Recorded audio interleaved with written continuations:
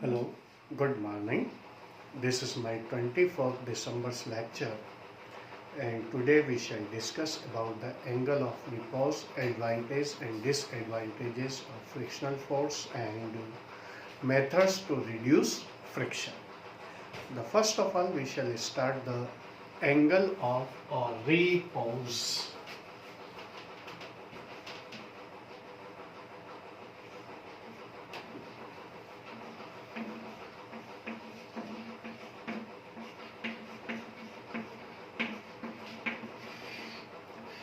Angle of repose क्या होता है? अगर किसी बॉडी को इंक्लाइन प्लेन पर प्लेस करें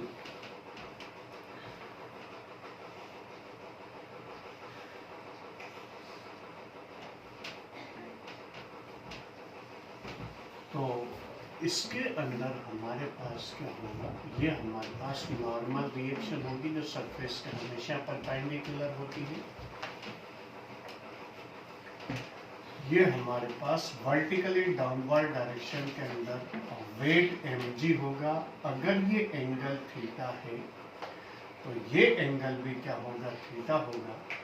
और ऐसी सिचुएशन में mg वेट को हम लोग दो कंपोनेंट्स में डिसॉल्व करेंगे। पहला mg cos थीटा, जिस एक्सिस के साथ एंगल बनता है उधर cos थीटा, और उसके परपेंडिकुलर डायरेक्शन में mg sin थीटा। बॉडी का वेट हमारे पास ये जो mg sin थीटा है, इससे बैलेंस करने के लिए हमारे पास आ जाएगा FMS limiting static frictional force. तो इंक्लाइन प्लेन को अगर हम लोग के ऊपर अगर कोई बॉडी रख करके फिर उससे हम लोग इतना रेस करें कि body just stands to move state के अंदर आ जाए, कि हल्का सा भी अगर हम लोग इंक्लाइन प्लेन को थोड़ा ऊपर उठाते हैं तो बॉडी किसके अंदर आ जाए? मोशन के अंदर आ जाए। तो इंक्लाइन प्लेन हॉरिजॉन्टल के साथ जो एंगल बनाएगा वो एंगल ही क्या कहलाएगा? एंगल ऑफ रिपोज कहलाता है। Angle form by an inclined plane, angle formed by an inclined plane with horizontal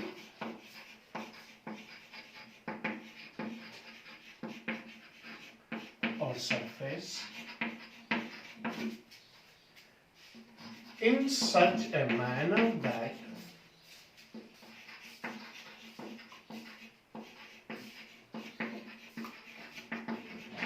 a body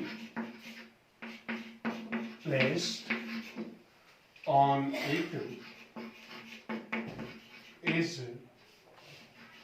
in just tends to move state is called angle of repose।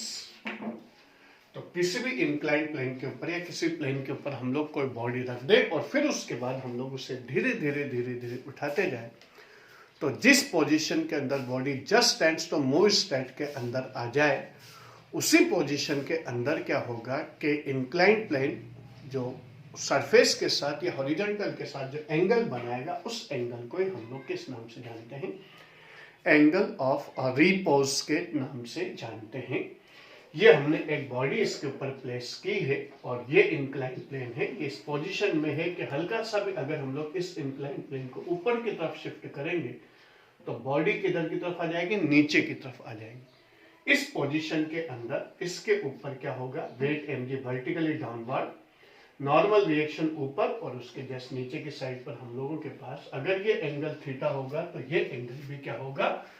Theta होगा। Reason, क्योंकि अगर ये angle theta है, ये angle 90 है, तो इस angle का ये वाला एंगल 90 माइनस थीटा, और यहां से लेकर यहां तक का टोटल एंगल 90 में से 90 माइनस थीटा गया तो थीटा एंगल आ जाएगा। ये एंगल थीटा तो ये एंगल भी थीटा, ज्योमेट्री से हम लोग शो कर सकते हैं। अब इसके बाद हमारे पास इसके अंदर क्या होगा कि ये वाली चीज आने के बाद एंगल ऑफ रिपोज हो गया। mg को हम लोग, अगर ये एंगल थीटा है तो mg को हम लोग कंपोनेंट्स में रिजॉल्व करेंगे। इस एक्सिस के साथ एंगल बना हुआ है तो कॉस कंपोनेंट आएगा mg cos थीटा, और इधर परपेंडिकुलर डायरेक्शन में आ जाएगा mg sin theta. mg cos theta और nr एक दूसरे के अपोजिट और इक्वल रहेंगे अगर body just tends to move state में है, और सिमिलरली mg sin थीटा और fms ये दोनों भी क्या होंगे, इक्वल रहेंगे, क्योंकि बॉडी किसके अंदर है, रेस्ट पोजीशन में है। मींस ये फोर्स और ये force are equal in magnitude, opposite in direction, और nr और mg cos थीटा ये दोनों भी इक्वल इन मैग्नीट्यूड और अपोजिट इन डायरेक्शन है। तो हमारे पास क्या आ जाएगा, in just tends to move state, चाहे तो हम लोग इसे इक्विलिब्रियम भी बोल सकते हैं।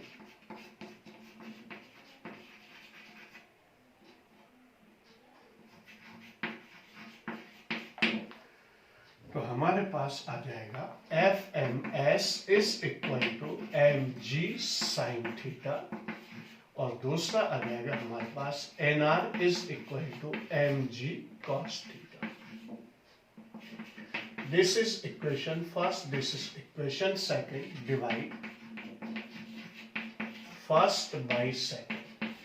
फर्स्ट को सेकंड से डिवाइड करेंगे, FMS upon NR is equal to आ जाएगा mg sin theta upon mg cos theta. mg से mg कैंसिल हो गया, sin theta upon cos theta is equal to tan theta आ जाएगा। FMS की जगह पर हम लोग क्या लिखेंगे, म्यू एस NR लिखेंगे। तो static coefficient of static friction into NR upon NR is equal to tan theta. NR से NR कैंसिल हो गया, थीटा इज इक्वल टू या tan theta is equal to हमारे पास कितना आ जाएगा, म्यू एस आ जाएगा। Means coefficient of static friction is equal to the tangent of angle of repose. Coefficient of static friction is equal to tangent of angle of repose. ये हमारे पास इसके अंदर आया।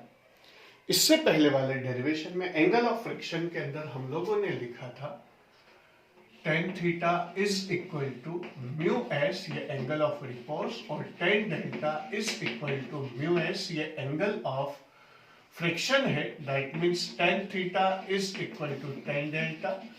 दोनों साइड से हम लोग tan रिमूव करेंगे तो थीटा इज इक्वल टू आ जाएगा डेल्टा।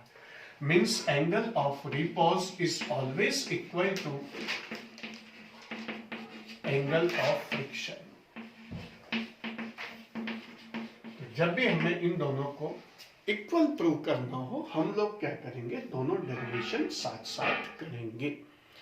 तो ये चीज हमारे पास इसके अंदर एंगल ऑफ फ्रिक्शन और एंगल ऑफ रिपोज दोनों इक्वल होते हैं, दोनों के डेरिवेशन करने पड़ेंगे। फिर उसके बाद दोनों को tan theta is equal to mu S, tan delta is equal to mu S, और फिर दोनों के वैल्यू इक्वल करके theta is equal to delta. Angle of repose किसके इक्वल होता है, एंगल ऑफ फ्रिक्शन के इक्वल होगा।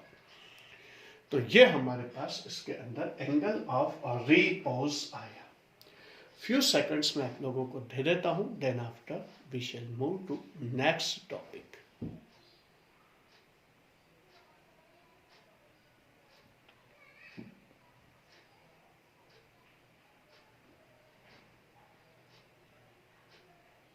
ओके, अब हम लोग इसके अंदर पढ़ेंगे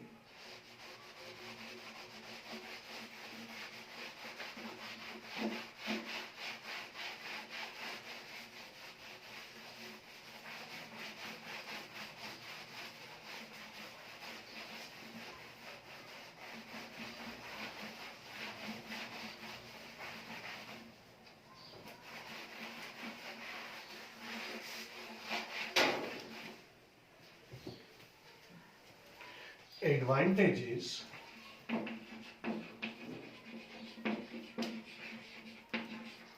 of frictional force.